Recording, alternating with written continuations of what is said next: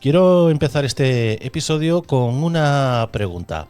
Y una pregunta que parece muy simple, pero que tiene una respuesta que te va a cambiar todo como ves Europa. Porque Alemania, Francia e Italia, tres países vecinos, con el mismo mercado, los mismos clientes, la misma historia industrial, fabricaron tres motores diésel completamente distintos. No es una pregunta técnica, es una pregunta cultural. Porque cada motor que sale de una fábrica lleva dentro la forma de pensar del país de quien lo fabrica, su manera de entender el trabajo, su manera de entender la calidad, su manera de entender el mundo. El TDI alemán te dice algo sobre Alemania, el HDI francés te dice algo sobre Francia y el JTD italiano te dice algo sobre Italia. Cuando los pones los tres juntos, te dicen algo sobre Europa, sobre lo que une a estos tres países y sobre todo lo que los separa. Hoy vamos a desmontar los tres motores, no mecánicamente, culturalmente. Porque si entiendes por qué cada motor es como es, entiendes por qué cada país es como es. Alemania, el país que necesita la certeza. Empezamos por Alemania. Y para entender el TDI tengo que contarte algo que va mucho más allá de la ingeniería. Alemania inventó el automóvil. No es una opinión, es un hecho histórico. Carl Benz patentó el primer coche de gasolina en 1886 en Mannheim, en Alemania.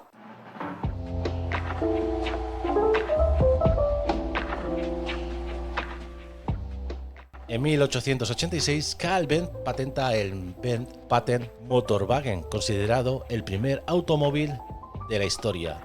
Alemania lleva el coche en el ADN desde el primer día. Y desde ese día, Alemania ha tenido una relación con el automóvil que ningún otro país tiene. Es identidad nacional. Las Autobahn sin límite de velocidad, el motor como símbolo de libertad y la ingeniería como fuente de orgullo.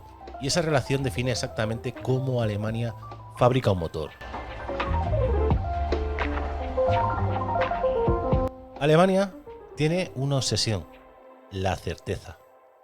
Un ingeniero alemán no quiere un motor que funcione bien, quiere un motor del que pueda estar absolutamente seguro, que funcione igual que el día 1, que el día que cumple 1.000.000, de que nunca te deje con dudas ese motor, que nunca te deje tirado, que no te sorprenda nunca, ni para bien ni para mal. La ingeniería alemana se basa en el principio del Gundelschlecking, si me sale bien lo pongo aquí abajo, que significa profundidad, completitud, hacer las cosas hasta el fondo, sin atajos, sin improvisación, sin excepciones. El Gundelschlickteis, profundidad, hacer las cosas hasta el fondo. Y eso es exactamente lo que es el TDI, un motor diseñado para dar certeza, para que el cliente nunca tenga que preocuparse, para que la promesa sea siempre la misma, hoy, mañana y dentro de 10 años. El 1.9 TDI ALH, fabricado entre 1998 y 2003, su vida útil certificada por fábrica es de más de 400.000 kilómetros sin ningún problema, superado frecuentemente en la práctica, documentado en flotas de taxi de toda Europa. Yo doy fe de eso.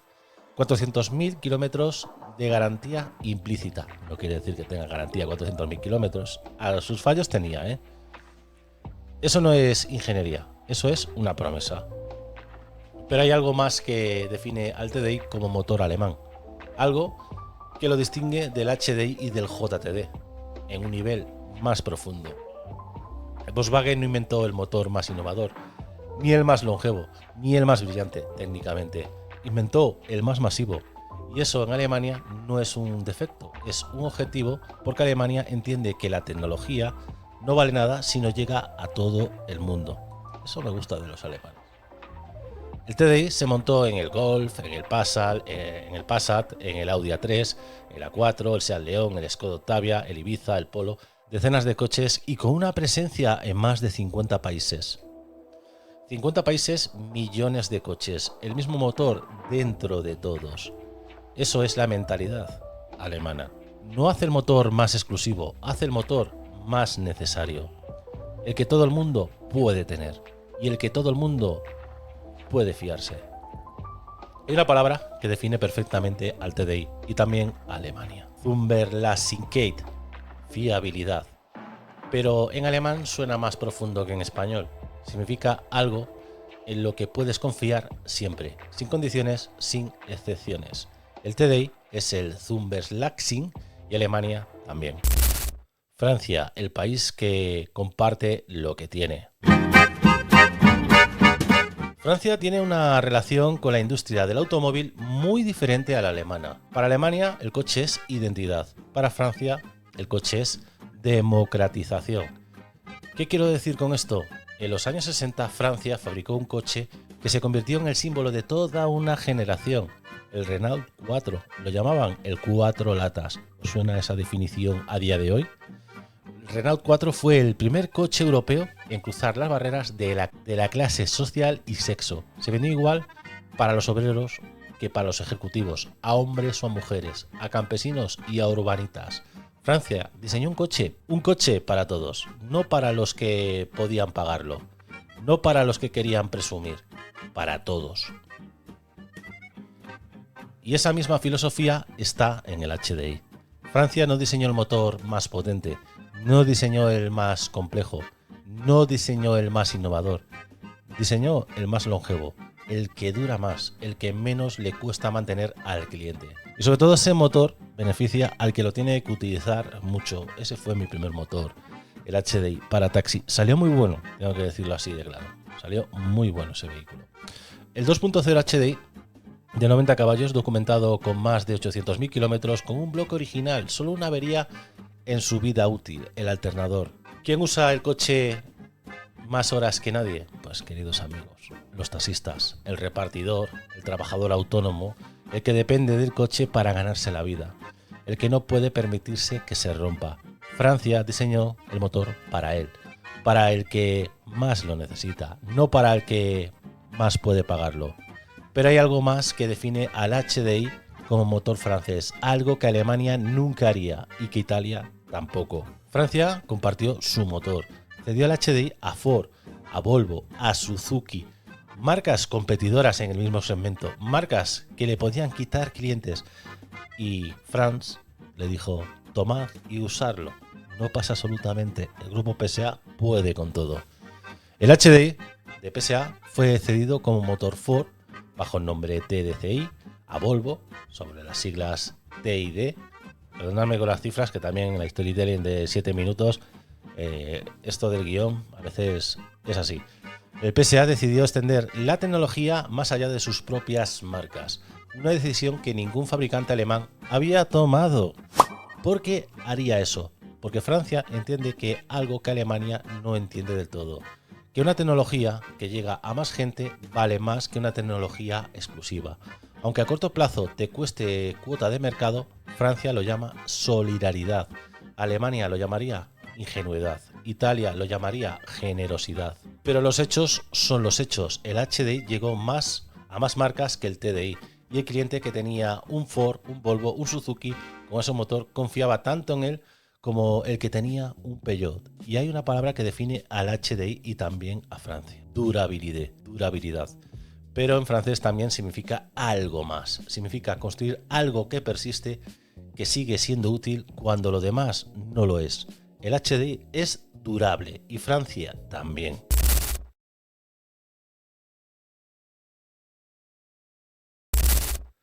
Italia, el país que siempre llega primero. Y ahora Italia, amigos míos.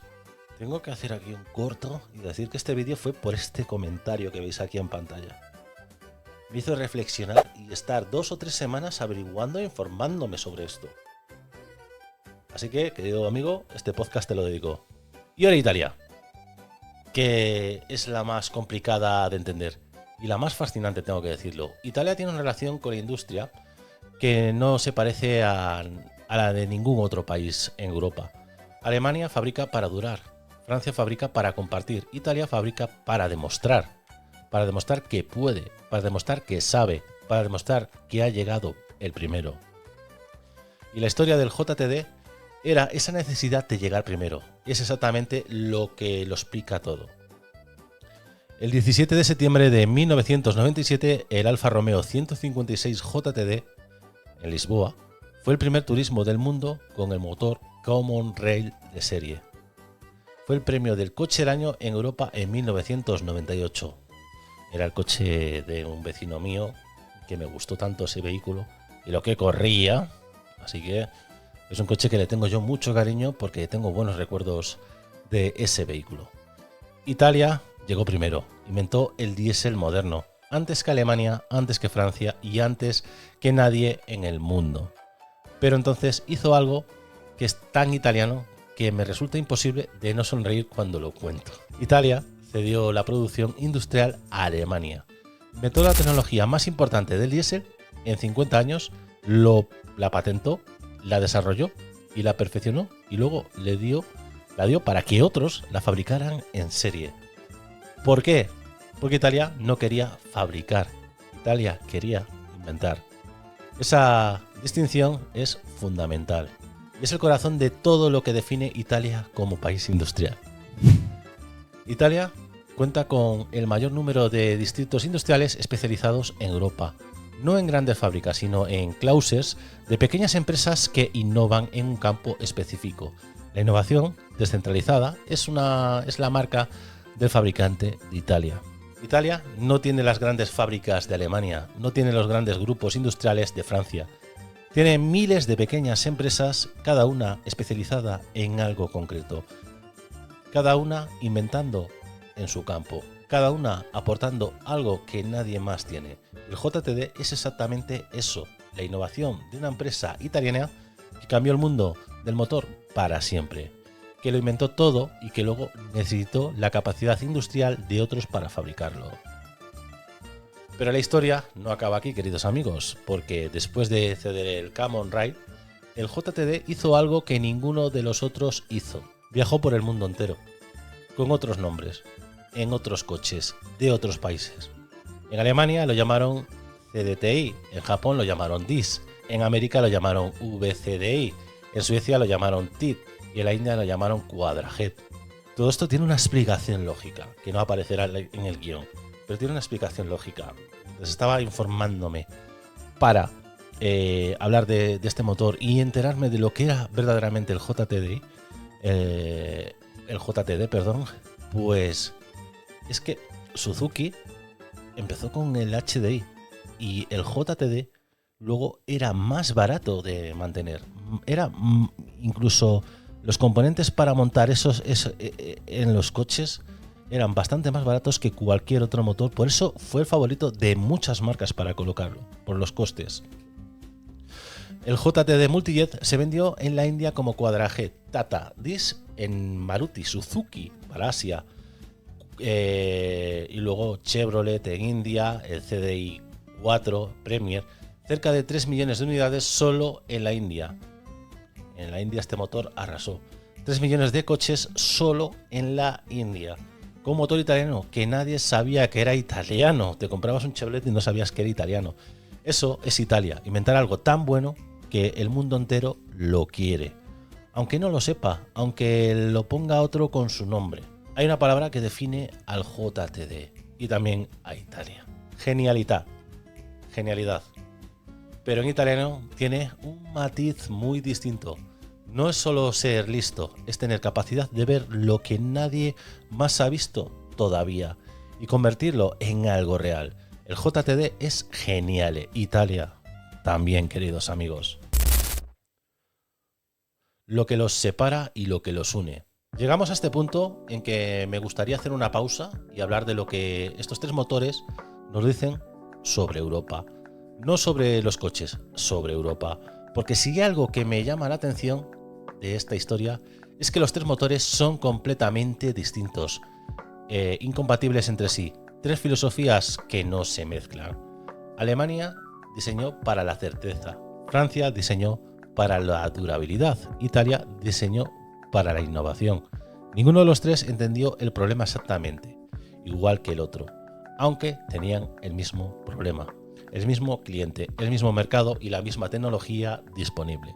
Y sin embargo, produjeron tres soluciones distintas. Esto es Europa, y así será por los tiempos de los tiempos. Europa no es un país, es una conversación entre países. que no siempre se entienden, que no siempre comparten los mismos valores, que resuelven los mismos problemas de formas muy diferentes. La industria del automóvil representa el 7% del PIB de la Unión Europea y genera más de 13 millones de empleos. Es el sector industrial más importante de Europa y, sin embargo, cada país lo gestiona desde una filosofía radicalmente distinta. El sector más importante de Europa, con 3 visiones completamente diferentes de cómo hacerlo.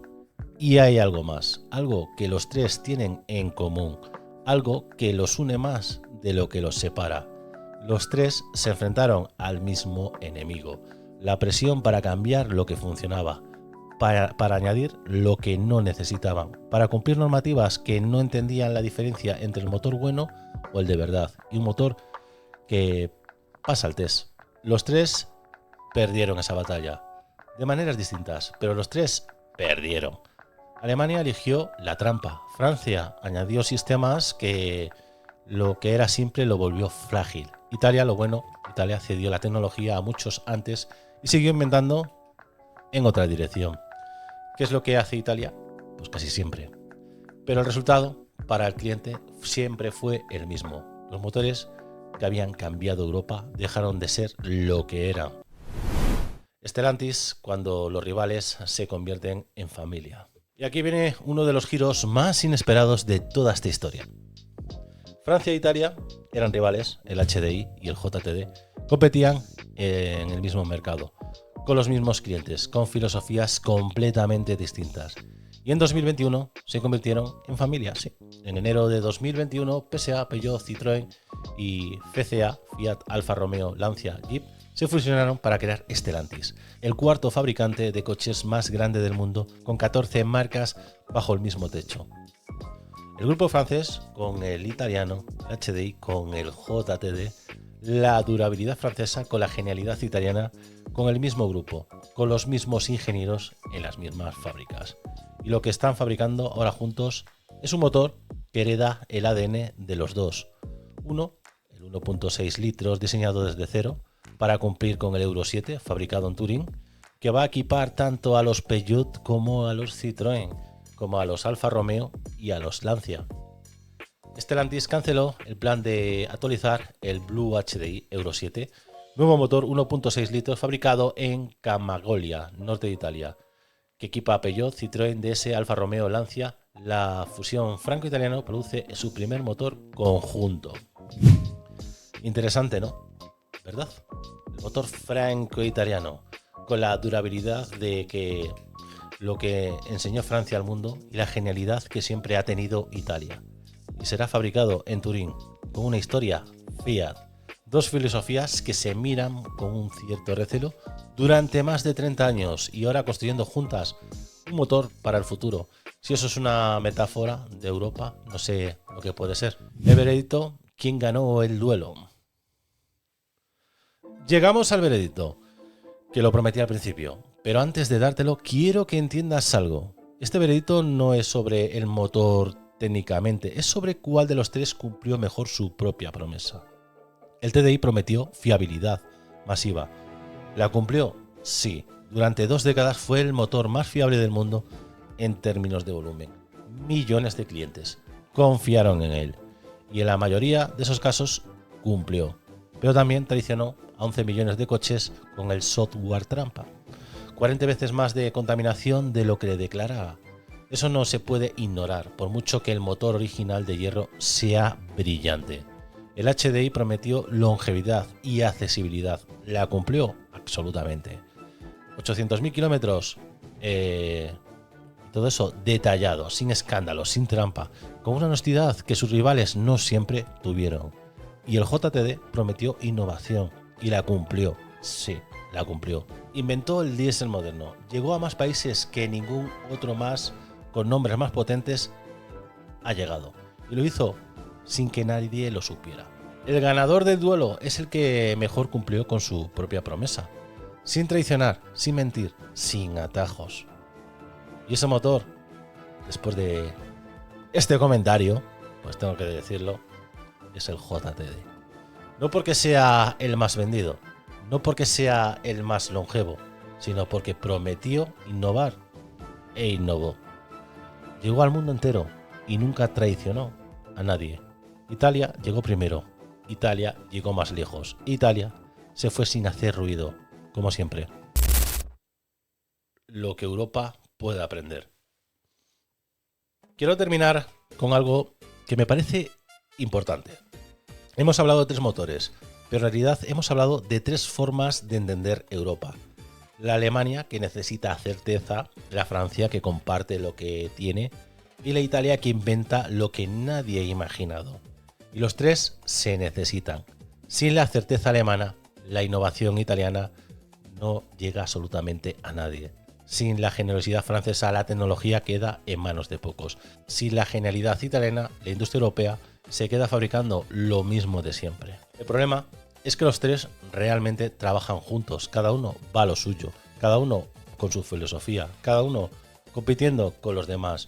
Y mientras tanto, queridos amigos, China tiene las 3 cosas a la vez, coordinadas desde arriba, con un plan de 30 años y va ganando terreno. La fusión de Francia e Italia en Stellantis es quizás el primer paso real hacia una industria europea que trabaja junta, que combina la durabilidad con la genialidad.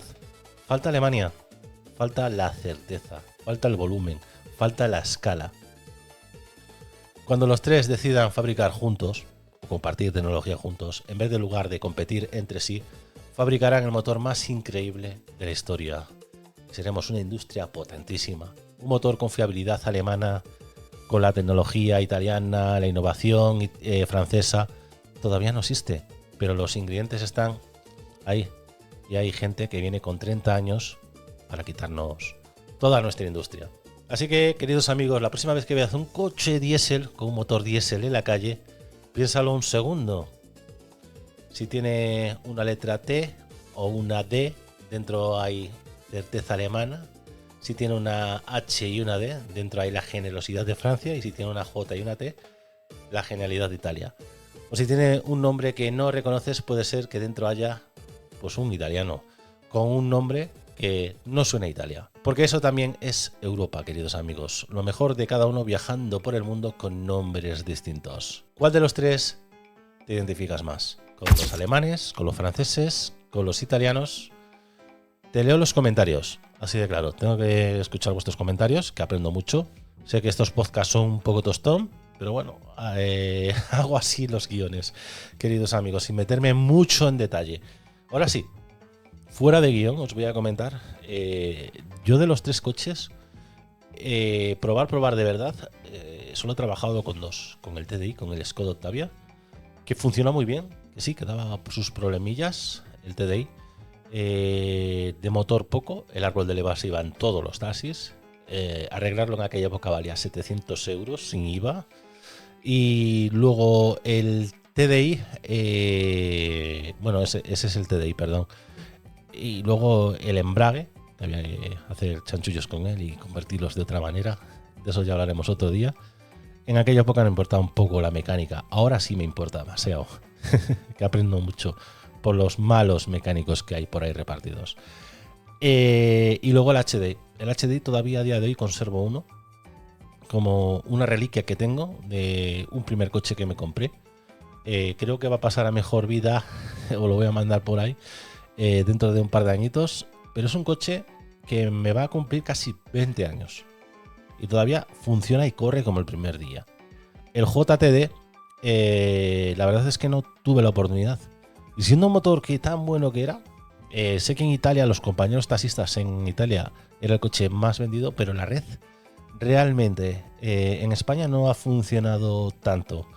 Los que no sois taxistas, tengo que decir que el modelo que tenía Skoda en aquella época con el taxi, que todavía la tiene la red, lo que pasa es que dejaron de vender a los taxistas y ahora sí quieren vender los coches. Era muy buena, o sea, a mí se me averiaba un Skoda Octavia, se pasaba algo grave ya con 8 o 9 años. Yo tenía a disposición en menos de 48 horas un coche ya para salir a la calle, una financiación, una financiera buena y todo. O sea, eso era Skoda, que es lo que hoy es Toyota. Yo no sé por qué Italia, sabiendo lo que tenía entre manos, no hizo eso en España, que podía haber tenido un mercado muy bueno. Sí que hay compañeros que tuvieron el JTD, pero muy pocos. pero el problema es de las marcas. Pero bueno, ya eso lo averiguaremos poco a poco con las marcas que traigamos al programa y que nos comenten los de los concesionarios, porque es algo que quiero hacer en el estudio de LH Magazine. Y bueno, amigos, esto ha sido el programa de hoy sábado aquí en www.lhmagazine.com. MQT, más que taxi, el programa de los pesetos para todo el mundo. Y nada, la semana que viene ya veremos de lo que hablamos. Un placer que me escucháis en este segundo canal. Si queréis os suscribís, y aquí colgaré cosas de coches, cosas que vea, detalles, de manera diferente que en el canal de Storytelling, en el principal, pero este canal es más libre. Así que, queridos amigos, gracias. Os dejo los podcasts luego en Spotify, en iVoox y en Apple Podcasts. Y nada, nos vemos la semana que viene. Muchas gracias a todos. Soy Pablo Radio Romay.